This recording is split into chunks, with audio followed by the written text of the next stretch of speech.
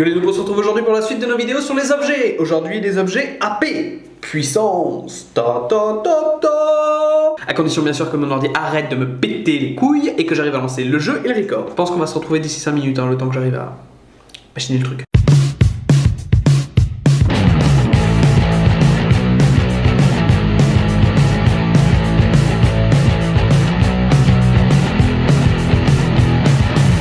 Pour les objets AP, on va dans Magie, qui se trouve ici, et on a tous les objets qui sont considérés comme AP.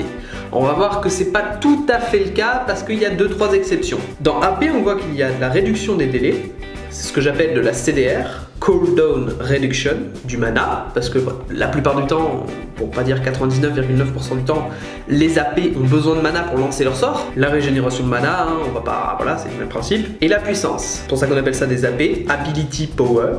Puissance. C'est parti, ce qu'on va faire, c'est qu'on va commencer par les objets qui sont le plus chers et descendre, parce que vous allez voir que certains objets rentrent dans la composition d'autres objets. La coiffe de Rabadon donne 120 de puissance, c'est un objet qui donne énormément de puissance, c'est le plus de puissance qu'un objet donne de base. Après, petite exception quand même pour le bâton de l'archange qui peut en donner plus, mais c'est sous d'autres conditions, donc voilà, en stade pur, ça reste la coiffe de Rabadon. Mais encore mieux, elle augmente votre puissance de 35%. Petit, voilà, histoire que vous compreniez. Mettons que j'achète ça, ce qu'on va voir juste après ce que ça fait. J'ai 108 puissance. 108 plus 120, ça fait 228 en théorie. Et là, vous voyez que j'ai 308. Parce que ça me rajoute 35 de puissance tous les 100 puissances. C'est en ça que la coiffe de Rabadon est quand même assez intéressante. Elle est moins jouée qu'avant, parce qu'avant, elle est tout le temps, tous les AP prenaient une coiffe de Rabadon. Et elle reste quand même très intéressante parce que ça donne beaucoup d'AP. Et encore, avec un objet, c'est pas flagrant. Mais regardez si je prends plusieurs objets AP. Voilà, on va prendre ça. Vous voyez, j'ai 403 de puissance. Et maintenant, j'achète la coiffe du Rabadon, 707. La coiffe m'a donné 304 d'AP. C'est énorme. Mais c'est énorme en late game. C'est pour ça que c'est un objet qui est plus intéressant en fin de partie qu'en début. Donc, la force de la Trinité, ce n'est pas un objet AP. Il le considère comme tel parce qu'il y a de réduction de cooldown, mais ça n'en est pas. Pareil pour la fausse spectrale. On va donc passer à la lame de Ginzo, qui n'est pas vraiment AP, mais qui n'est pas vraiment AD. C'est un item hybride, qui donne de la vitesse d'attaque, de l'AP et de l'AD. On va donc lire les passifs. Déjà, ça vous donne 15 de dégâts supplémentaires sur vos attaques de base. Mais c'est pas tout. Vos attaques de base augmentent votre vitesse d'attaque de 8%, vos dégâts d'attaque de 3 et votre puissance de 4 pendant 5 secondes, cumulable 6 fois. Si vous avez 6 effets cumulés, vous obtenez Rage de Ginzo. Une attaque sur 2 déclenchera 2 fois les effets à l'impact. C'est-à-dire qu'il y a d'autres objets qui ont des effets à l'impact. Il y a des personnages qui ont des effets à l'impact de base. C'est un objet qui peut être très intéressant de ce point de vue-là. Vous voyez que je suis à 116 d'AD, 58 d'AP et 0,97 de vitesse d'attaque. Je commence à taper, hop, 119, 122, ça augmente, ça augmente, ça augmente. Et là, ça y est, je suis à 6. Alors ça se voit très peu, mais juste au-dessus de 66, il y a un 7 et un 15. Les tours où ça double, hop, 7 x 2, 15. En l'occurrence, c'est plus 7,5. Cet objet non plus, il n'est pas AP, il y a de la CDR, donc ils le mettent dans les AP, mais c'est clairement AD. Donc on va passer au pistolet Mextech. Lui aussi est un item hybride qui a passif plus actif. Donne déjà 40 d'attaque et 80 de puissance. Propriété passive, rend des PV équivalent à 15% des dégâts infligés, 33% d'efficacité pour les dégâts de zone. C'est pour éviter qu'avec des dégâts de zone, on soigne trop. Ce serait totalement cheaté. Propriété active, inflige 175 à 250 plus 30% de la puissance, point de dégâts magiques et réduit la vitesse de déplacement du champion ciblé de 40% pendant 2 secondes. 40 secondes de récupération partagées entre tous les autres objets Extech. C'est-à-dire qu'il y a 2 autres objets Extech. Vous voyez que ça met des dégâts. Là on voit pas le ralentissement, mais ça ralentit également. Vous voyez que si je mets mon objet sur ce mec, il est ralenti. Mais on ne peut pas le mettre sur les sbires. Ça, c'est un objet AD. On passe sur un autre objet AP très important, l'écho de Luden, qui vous donnera 100 de puissance et 10% de vitesse de déplacement. Vous voyez que là, je charge quelque chose. Ça augmente en fonction de si je lance des sorts et du déplacement également. On arrive sur notre souffre-douleur préféré. Et vous voyez que quand je lui lance un sort, hop, ça lui met des dégâts supplémentaires et ça rebondit sur les autres. Regardez, je vais le refaire. Bon, il faut que ça charge, bien évidemment. Voilà, 92, 100. Je lance un sort et hop, ça lui met des dégâts et ça rebondit. On passe maintenant au fléau de la liche, qui fait partie des 3 objets que l'on fait avec la brillance. La Trinité, fléau de la liche et gantelet givrant. Les 2 autres étant pour les AD et pour les tanks. 80 de puissance, 7% de vitesse de déplacement, 10% de réduction de cooldown, c'est intéressant. 250 de mana, et cette propriété passive, Lame Enchantée. Après l'utilisation d'une de vos compétences, votre prochaine attaque de base infligera des dégâts magiques supplémentaires équivalent à 75% de vos dégâts d'attaque de base, plus 50% de votre puissance. 1,5 secondes de récupération. Vous voyez que quand je l'attaque, hop, moins 62. Maintenant, mettons que je lance un sort et que je le retape, il a pris 96. 62 plus 96. Alors ça vous permet de mettre beaucoup plus de dégâts sur les personnages qui vont lancer des auto-attaques entre chaque sort. Nous passons maintenant au Tourment de Liandry, qui va vous donner 80 de puissance et 300 points de vie. En passive, il va vous donner les Yeux du Mal, plus 15% de pénétration magique. La pénétration magique, c'est ce qui vous permet d'ignorer la résistance magique que l'ennemi aura fait. Ça va faire comme si l'ennemi, au lieu d'avoir 100 de résistance magique, en avait que 85. Et il dispose également d'un second passif. Les sorts brûlent les ennemis pendant 3 secondes, infligeant des dégâts magiques supplémentaires équivalents à 2% de leur point de vie actuel par seconde. Les dégâts des brûlures sont doublés contre les unités au déplacement restreint. C'est un objet très intéressant contre les tanks, il ignore la résistance magique, en plus il met des dégâts en fonction des points de vie actuels, que du bonheur. On passe maintenant au Bâton de l'Archange, un des 2 items que l'on peut faire avec la Larme de la déesse. Celui-là pour les AD, celui-là pour les AP. Vous allez voir, 80 de puissance, 250 de mana. Il a également 2 passives qui convertit 3% de votre mana max en puissance et qui vous rend 25% du mana que vous dépensez. Une autre passive, lorsque vous lancez un sort ou dépensez du mana, jusqu'à 2 fois toutes les 8 secondes, votre mana max augmente de 8. Une fois à 750, il est transformé en Étreinte du Séraphin. Au lieu de la passive qui vous permet de continuer à stacker du mana, étant donné que vous êtes arrivé au max, consomme 20% de votre mana actuel pour vous protéger d'un nombre équivalent de dégâts, plus 150 pendant 3 secondes. C'est-à-dire que si vous dépensez 300 de mana, ça va vous protéger de 300, plus 150, donc 450 pendant 3 secondes. Ça vous donne un bon bouclier. Bon, pour ça, il va falloir que je le stack, hein, ça va me prendre un petit moment, donc... Ah non, mais vous en foutez, vous. Je vais couper au montage. Bon, bah... à de suite. Ça y est, j'ai enfin fini de le stacker. Plus ou moins parce que je vous ai gardé la transformation quand même. On a 744 sur 750. Et là, vous allez voir, hop. C'est parti. Bâton du Séraphin. Hop. Et vous voyez le petit bouclier. Moins vous avez de mana, moins le bouclier sera important. Vous voyez, là, le bouclier, il n'est que de 263. Alors que... normalement, si je suis full mana, le bouclier est de 536. On passe maintenant à la Dent de Nashor. 50% de vitesse d'attaque ainsi que 80 de puissance. Elle vous donne aussi 20% de réduction de cooldown, ce qui est très intéressant, et vous donne des dégâts d'impact, infligeant 15 de dégâts, plus 15% de votre puissance. C'est un item qui peut bien synergiser avec la Kinzo, puisque là vous voyez qu'il y a des dégâts d'impact. Ça, c'est AD.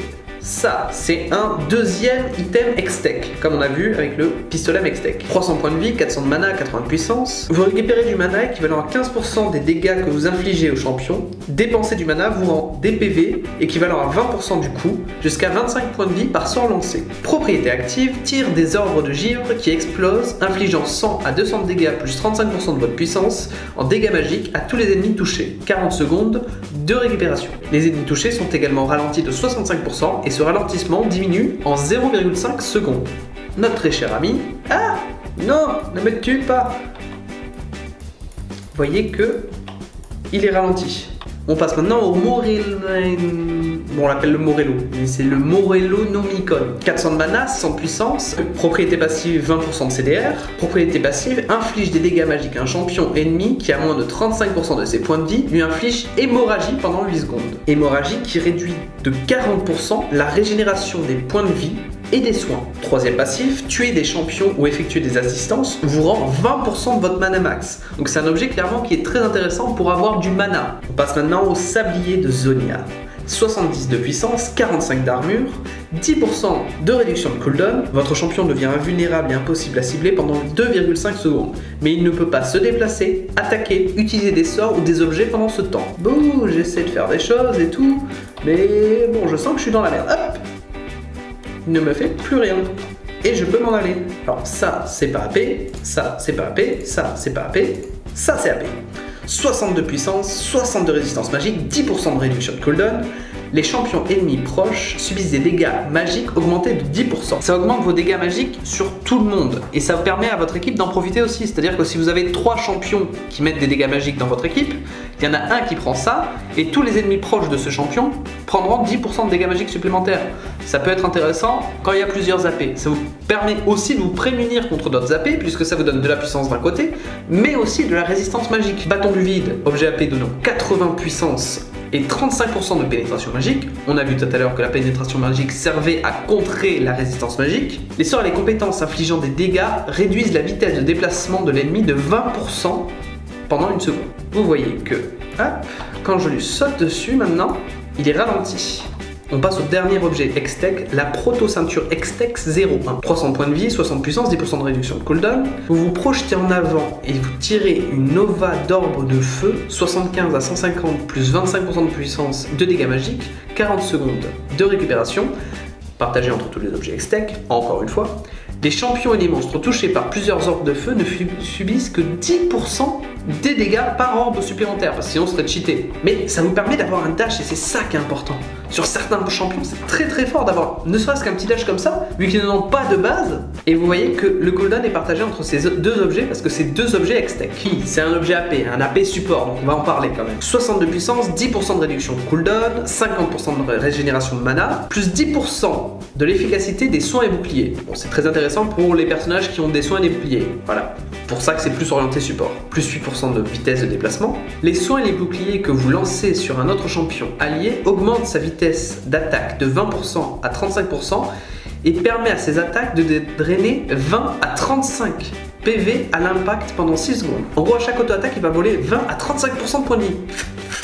Et ça, sur des champions qui utilisent beaucoup d'auto-attaques comme les AD carry par exemple, enfin certains AD carry, c'est super fort. Mais ça reste un objet de support parce que pour faire ça, il faut avoir un soin ou un bouclier à mettre assez souvent sur l'AD carry par exemple. Bon, ça aussi, c'est un objet AP support, 250 de mana, 30 d'armure, 50 de puissance, 10% de réduction de cooldown. Active vous lie à une cible pendant 60 secondes. Quand vous êtes à 1000 unités de distance l'un de l'autre, votre allié et vous générez des charges. Attaquer et lancer des sorts génère des charges supplémentaires. À 100 charges, inflige des dégâts, consomme ces charges, offrant à votre allié et à vous un bonus de 20% de puissance et de 50% de chance de coup critique pendant 8 secondes. Alors ça peut être intéressant, actuellement il n'est pas trop fait comme objet. Enfin voilà, c'est un objet AP support, je me devais d'en parler quand même. Encore un objet AP support. Mais celui-là un petit peu spécial puisqu'il fait partie des objets de début. On verra ça plus tard. 50 de puissance, 10% de réduction de cooldown, 2 PO toutes les 10 secondes, c'est-à-dire que ça vous donne 2 pièces d'or toutes les 10 secondes, ça c'est cool. 75% de régénération de mana. Les sorts et les attaques de base contre les champions ou les bâtiments infligent 15 de dégâts supplémentaires et rapportent 15 PO. Cet effet ne peut se produire jusqu'à 3 fois toutes les 30 secondes. Propriété active unique, invoque 2 champions glacés qui cherchent des champions ennemis proches pendant 6 secondes. Si un champion touche sa cible, il le révèle et réduit sa vitesse de déplacement de 40% pendant une durée allant de 2 à 5 secondes selon la distance parcourue par les fantômes. C'était dur à dire. On va vous montrer ça. Vous voyez, il y a 2 fantômes qui partent. Il en a touché un, l'ennemi là, et l'autre va chercher l'ennemi qui se trouve encore plus loin. Ça peut vous permettre de voir s'il y a des ennemis proches, ce qui peut être très intéressant. Vous voyez, il va chercher, hop, il est ralenti. Ceci n'est pas un objet AP, ceci maintenant. Alors, cet objet est un peu spécial parce qu'il est lié à celui-là, c'est-à-dire qu'on ne peut pas avoir l'un si on a l'autre. C'est un peu le même délire dans le sens où ça se fait à partir de la même base qui est ici, mais c'est pas tout à fait la même chose dans le sens où 200 points de vie, 100% de régénération de mana, 25 de puissance, 2 PO toutes les 10 secondes, 10% de réduction de cooldown, sauf que cette fois on a bien le premier passif qui vous donne des PO et qui augmente les dégâts que vous mettez sur les tours ou sur les gens, et le deuxième par contre n'est pas le même. Quand vous voyez, quand j'appuie dessus, il n'y a pas de fantôme. Par contre, il y a des balises. Ça vous permet de poser des wards. Vous avez 4 charges, mais vous pouvez toujours mettre que 3 wards maximum. Voilà, c'est différent. C'est une optique différente qui vous permet plus d'avoir la vision sur la jungle adverse et de manière générale de vous couvrir. Ceci n'est pas un objet AP, ceci est un objet AP que l'on ne voit plus. 40 de puissance, 30 de résistance magique, 20% de réduction de cooldown, 75% de régénération de mana de base. Propriété passive unique, octroie des charges de sang équivalent à 20% des dégâts avant mitigation infligés au champion. Avant mitigation, ça veut dire avant qu'on ait appliqué la résistance magique et l'armure, jusqu'à un maximum de 100 à 250. Soigner un autre allié ou lui offrir un bouclier consomme ses charges pour lui rendre des PV, mais pas plus que le montant de l'effet d'origine. Deuxième propriété passive, augmente votre pourcentage de régénération de mana, augmente aussi du même montant votre pourcentage de régénération de PV. C'est-à-dire que si vous avez 50% de régénération de mana, vous aurez aussi 50% de régénération de points de vie. Ceci vous permet de faire ceci, le tourment de Liandry qu'on a vu plus tôt. Il vous donne 25 de puissance et 200 points de vie. Et les 15% de pénétration magique. C'est pour ça que généralement, on fait d'abord ça, on fait d'autres objets et on le finit beaucoup plus tard dans la partie. Le Medjay. Le Medjay, c'est un petit peu compliqué. Il va vous donner 20 puissance et 200 de mana, et la propriété passive unique épouvante. Octroie 5 de puissance par effet de gloire. Octroie 4 effets de gloire par champion tué, et 2 effets de gloire par assistance, allant jusqu'à 25 effets de gloire. Vous perdez 10 effets de gloire en cas de mort. Les amis, alors ça y est, on a notre Medjay stack. 125 de puissance plus 20, donc ça fait 145 de puissance, plus les 10% de vitesse de déplacement, pour seulement 1200 gold.